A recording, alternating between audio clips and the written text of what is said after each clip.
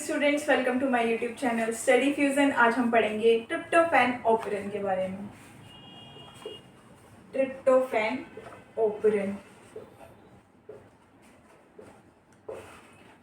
Tryptophan जो operon है वो एक एनाबोलाइट ऑपरेन है। जो लैक्टोज था वो कैटाबोलाइटिक था। कैटाबोलाइटिक मतलब लैक्टोज का यूज हो रहा था, लैक्टोज टूट रहा था ना ग्लूकोज और गैलेक्टोज में। तो यहाँ पे क्या है, एनाबोलाइट है।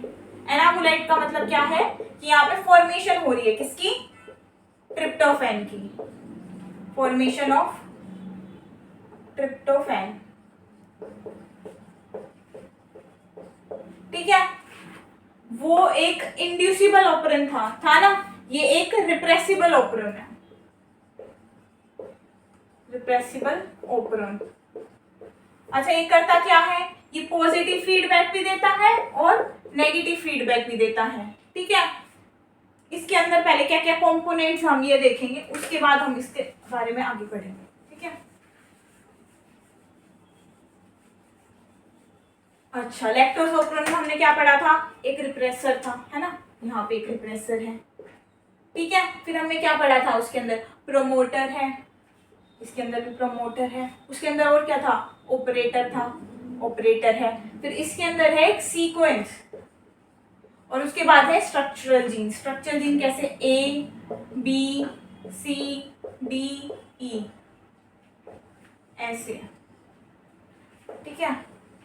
ये क्या है, स्ट्रक्चरल जीन्स। ट्रिप्टोफैन ऑपरेन में जो स्ट्रक्चरल जीन्स हैं वो ट्रिप्टोफैन की फॉर्मेशन कराएंगे। ट्रिप्टोफैन फॉर्मेशन, ठीक है। जो सीक्वेंस है वो है 161 बेस पेयर की, ठीक है। रिप्रेसर क्या है, रिप्रेसर बनाएगा। पी क्या है, प्रमोटर है। ओ क्या है, ऑपरेटर है ना। Repressor, promoter, operator, leading sequence और स्ट्रक्चरल जीन्स, ठीक है। जैसे लैक्टोज में थे वैसे ही इसमें भी दो केस है, लेकिन इसमें रेगुलेशन भी दो तरह से हो रहा है। देखो, एक तो रेगुलेशन हो रहा है रिप्रेसर से, और एक है अटेन्यूएटर। सबसे पहले हम रिप्रेसर में दो केस पढ़ेंगे। सबसे पहला है ट्रिप्टोफैन प्रेजेंट, दूसरा क्या है, ट्रिप्टोफैन एब्सेंट। अच्छा, मुझे ये बताओ, जब हमारे पास ट्रिप्टोफैन ऑलरेडी प्रेजेंट है तो क्या हम इन स्ट्रक्चरल जीन्स का यूज करके ट्रिप्टोफैन बनवाना चाहेंगे? नहीं बनवाना चाहेंगे। डबल डबल एनर्जी कोई भी क्यों यूज करेगा। तो इसमें क्या है, रिप्रेसर बना और रिप्रेसर जाके ऑपरेटर से बाइंड हो गया। अब ऑपरेटर से बाइंड हो गया तो क्या ये ट्रांसलेशन होने देगा? ट्रांसलेशन होने नहीं देगा।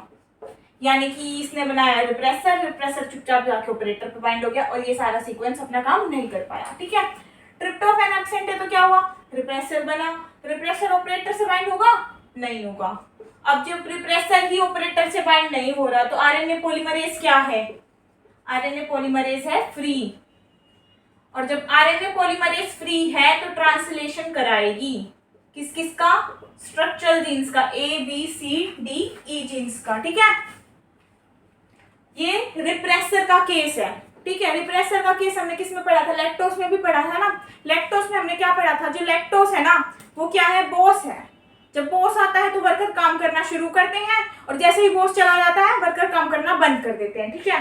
जबकि जो ट्रिप्टोफैन है ना, ट्रिप्टोफैन है खड़ूस आदमी। खड़ूस आदमी जब हमारे पास होता है, हमारा काम करने का मन नहीं करता ना, तो वैसे ही जब ट्रिप्टोफैन प्रेजेंट है तो काम नहीं हो रहा है। जैसे ही खड़ूस आदमी गया, मूड अच्छा हो गया, अपना अपना काम शुरू कर देते हैं। ट्रिप्टोफैन गया और सबने अपना अपना काम शुरू कर दिया, ट्रांसलेशन शुरू कर दी, ठीक है। ये तो था रिप्रेसर के केस में। अटेन्यूएटर के केस में देखो क्या होता है।